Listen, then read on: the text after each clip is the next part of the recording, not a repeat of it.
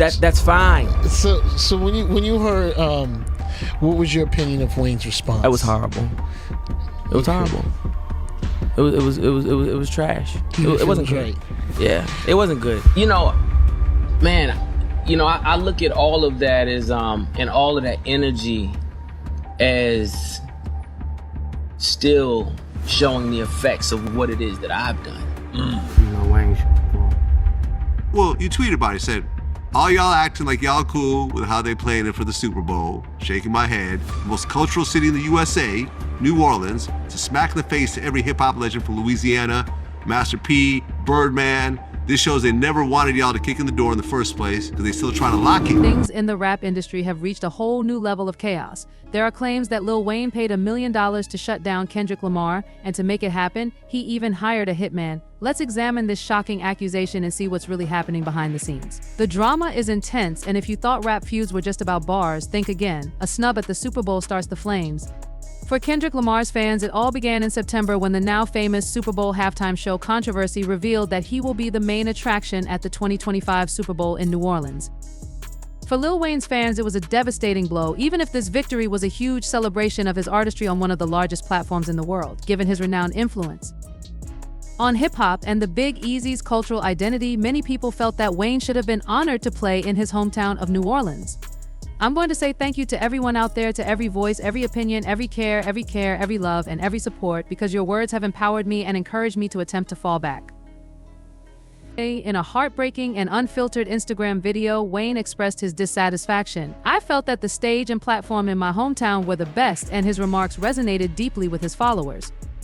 Many considered Wayne to be the king of New Orleans for a long time. I blame myself for not being mentally prepared for a letdown and for automatically placing myself in that position as if someone had told me that was my position. The pain in his voice was not just about missing a performance opportunity, it was a reflection of how deeply the snub cut, especially given his decades-long career and contributions to the game. The controversy didn't end with Wayne's sincere appeal or his fans' uproar, however, as they swiftly gathered on social media to support the rapper and denounce the NFL and Jay-Z, who co-produces the halftime show, for ignoring one of hip-hop's finest. On the first song on his surprise album GNX, Walked Out Murals, Kendrick brought the debate to the studio and used his music to address it. The Carter 3 used to be bumped by Kendrick rap. Ironically, I proudly displayed my Raleigh chain. My hard work letting Lil Wayne down the line, in my opinion, started a conversation right away. Some fans saw it as a polite acknowledgement to Wayne. Although some perceived it as a subtle gesture of acknowledging the mounting tension, this wasn't merely a passive acknowledgement, rather.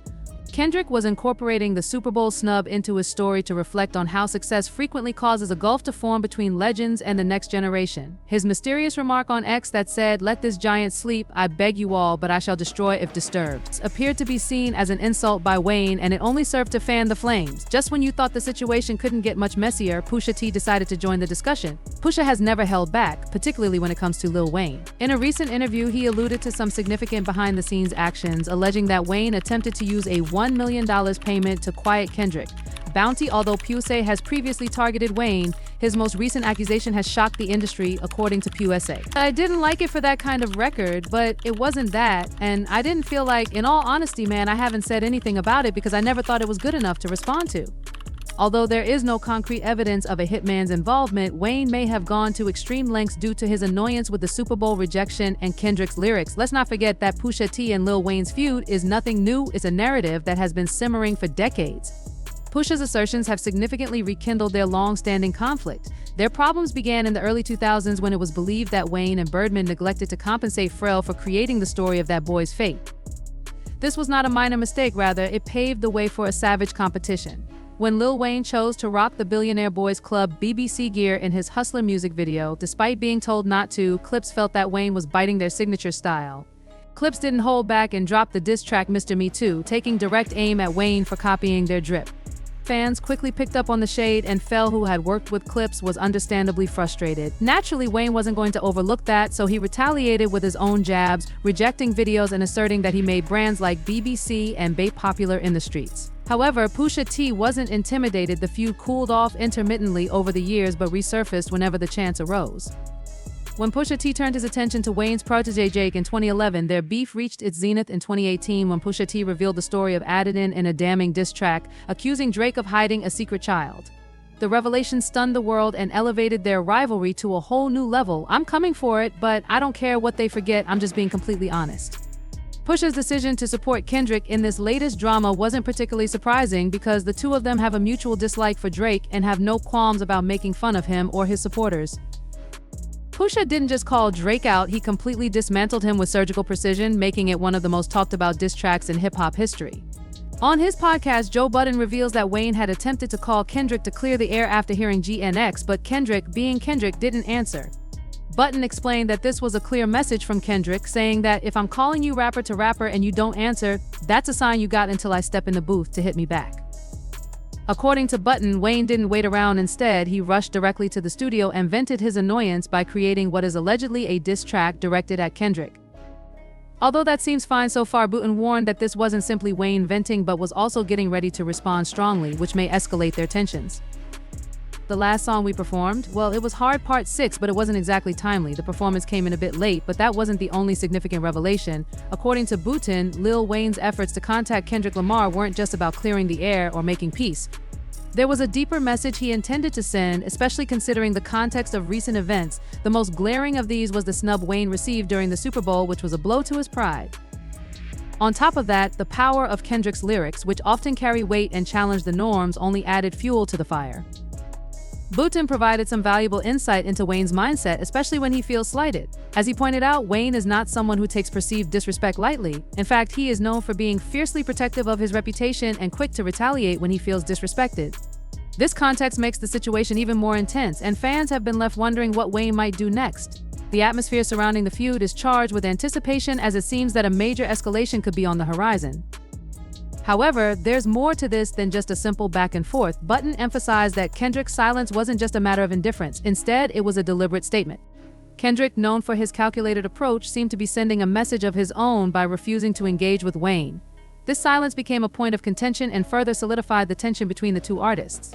Kendrick's decision not to respond to Wayne's attempt at reconciliation or possibly confrontation was viewed by many as a power move. It signaled that he wasn't interested in playing the game by Wayne's rules, and this only served to heighten the drama. The plot thickened when Joe Budden, the outspoken hip-hop personality, weighed in on the matter. Budden claimed that Wayne had already recorded a diss track aimed at Kendrick Lamar.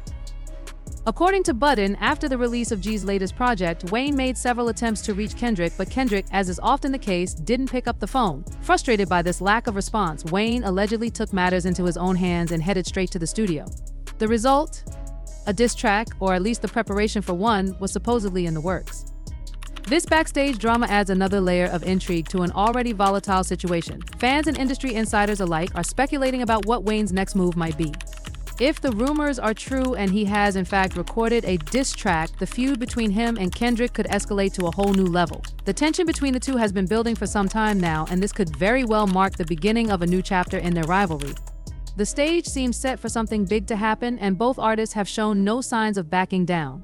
Wayne's actions, including rushing into the studio after Kendrick's silence, speak volumes about his feelings on the matter. If he is indeed preparing a diss track, it could serve as a powerful response to Kendrick's refusal to engage. The energy surrounding this potential track is palpable, and fans are already buzzing with excitement at the possibility of a public battle between two of the most respected figures in hip-hop today. With both artists locked in a quiet yet fierce battle for supremacy, the stakes have never been higher. What makes this situation even more intriguing is the fact that both Kendrick and Wayne are known for their lyrical prowess and ability to deliver potent messages through their music. A diss track from either artist is always a spectacle, and if Wayne is truly preparing to release one, it could be the spark that ignites an all-out war in the rap world. This tension, born out of perceived slights and unspoken rivalries, is now becoming more public, and the anticipation surrounding it continues to grow. As of now, the fans are on the edge of their seats, wondering what the next chapter in this saga will bring. Will Wayne deliver a diss track, and if so, how will Kendrick respond? The battle lines are drawn, and only time will tell who will come out on top. Naturally, Lil Wayne is not fighting this war alone. His Young Money family is loudly supporting him. Drake and Nicki Minaj are also behind him.